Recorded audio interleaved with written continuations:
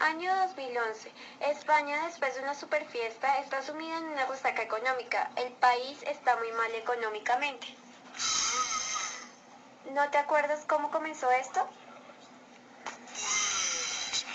¿No te acuerdas en serio de nada? Te voy a refrescar la memoria. A esta historia la llamo De aquellos barros, estos lodos. Año 1998. Un día el presidente Hernán se dirigía a la comisión cuando de pronto tuvo una aparición del dios del neoliberalismo, quien le reveló en primicia la nueva ley del suelo. Esta ley proponía privatizar el mercado del suelo y fue acogida muy bien por los ayuntamientos y nóminas de tipo político. Su fórmula era simple: si aumentamos el terreno urbanizable y convertimos el mercado del suelo en un negocio súper rentable para los empresarios, se multiplicarán las inversiones, se construirán más casas y habrá más oferta, bajarán los precios y los jóvenes podrán por fin comprarse una nueva vivienda. Y así se hizo realidad Spanish Dream y todos vivieron felices en el país de la gominola.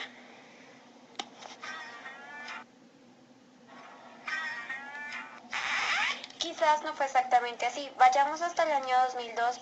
Para entonces el ritmo de la construcción ya se había disparado. Ese mismo año, Hernán tuvo la aparición de su dios del neoliberalismo, quien le reveló la nueva reforma laboral. La táctica de esta reforma era familiar: si reducimos los derechos laborales, haremos más atractiva la contratación de las empresas, y estos invertirán más en personal y así se reducirá el paro. Y así fue. Se disparó la demanda de obra y miles de jóvenes dejaron sus estudios por la construcción. Otros que llegaron del extranjero y todos ellos se apuntaron a la dogma de la Spanish Way of Life: comprar casa. La vivienda estaba de moda. No sea la burla hippie que vive en alquiler e invierta en el ladrillo. ¿Problemas para declarar su dinero negro? Pues don't worry, la vivienda le blanqueará su dinero. Lo curioso es que la ley de suelo no tuvo el efecto previsto.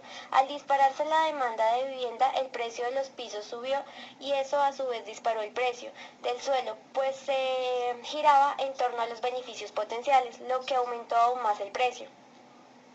No cabe decir que este margen de beneficios atrajo a miles y miles de simpáticos espectadores y como resultado el precio de la vivienda se disparó en solo 4 años. En el año 2005 la burbuja ya estaba formada y España construía más viviendas en un año que Francia, Alemania y Italia juntas. Veamos esta playa, le falta algo. Así está mejor. ¡Qué lindo bosque y qué linda ardilla!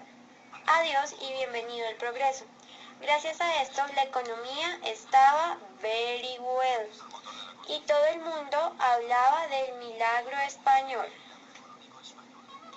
De pronto alguien dijo: ¿Y si aprovechamos el superávit para invertir más en I+D? Así era el milagro económico español. Mientras la referente de las empresas americanas era Google, en las españolas era Paco el Pocero. Pero se asomaba un drama inimaginable: el precio de la vivienda estaba por las nubes. Pero al menos teníamos trabajo. Cierto, el paro había bajado en una cifra récord, pero mientras la vivienda subía de precio, los sueldos estaban más congelados que Walt Disney. Los sueldos son los mismos, ¿por qué la gente sigue comprando pisos? Bueno, y aquí es donde aparece tu amigo el banco. Los bancos comenzaron a bajar sus exigencias para acceder a un crédito.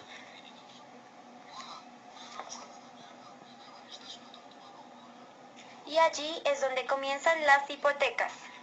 Te dicen que te daremos hasta un plazo de 40 años para pagar, y si no logras pagarlos puedes vender tu casa y así obtener una ganancia. Recuerden, la vivienda Además le daremos crédito para que pague un nuevo carro, crucero, pantalla plana y smartphone. Y así por primera vez en la historia, con un sueldo muy malo podrías vivir con muy altos costos. Pero si saltamos hasta el año 2007 veremos un panorama dantesco. La deuda, administración familiar y empresarial era descomunal, como la deuda de la caja con otras entidades internacionales. El país había raptado a la entidad de la deuda y le obligaba a traer más y más dinero del futuro. En otras palabras, la creación de la riqueza no traía el crecimiento, sino que el único motor de riqueza era el crecimiento en sí, y ese crecimiento solo existía gracias a la deuda. 2008, el precio de la vivienda era tan caro que la gente tenía que hipotecar para vivir mal.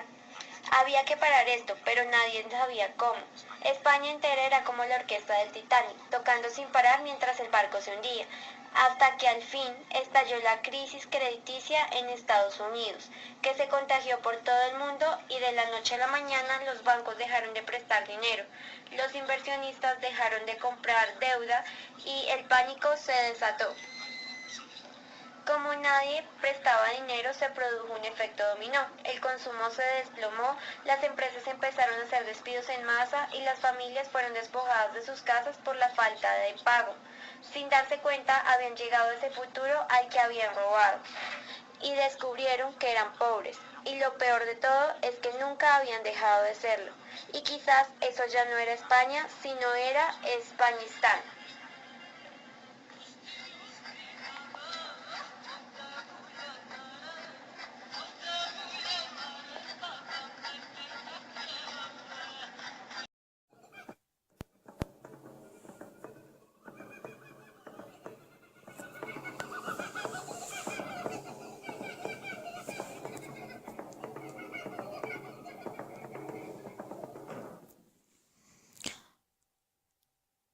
¿Qué es una simiocracia? Para obtener la respuesta, devolvámonos al año 2008. Tras años de favorable desarrollo, la burbuja inmobiliaria y financiera estalló. La bolsa se desplomó y la inmobiliaria más importante de España protagonizó la mayor quiebra de la historia, dejando una deuda de 7.000 millones de euros a sus acreedores, en su mayoría bancos y cajas que tuvieron que acabarse dejando la vivienda supervalorada. La economía empezó a resentirse y a lo largo de un año, 1 millón de parados se sumaron a la fila. Es cierto, y España ganó la Eurocopa para felicidad de muchos, especialmente de los jugadores que pudieron facturar las primas de su victoria en Austria sin que la firma española arriesgara un céntimo. Llegó el 2009 y el presidente en un arrebato anunció un plan de estímulo, incluyendo 8.000 billones de euros destinados a obra pública, que en su mayoría terminarían gastados en renovar aceras. El economista Keynes se revolcó en su tumba.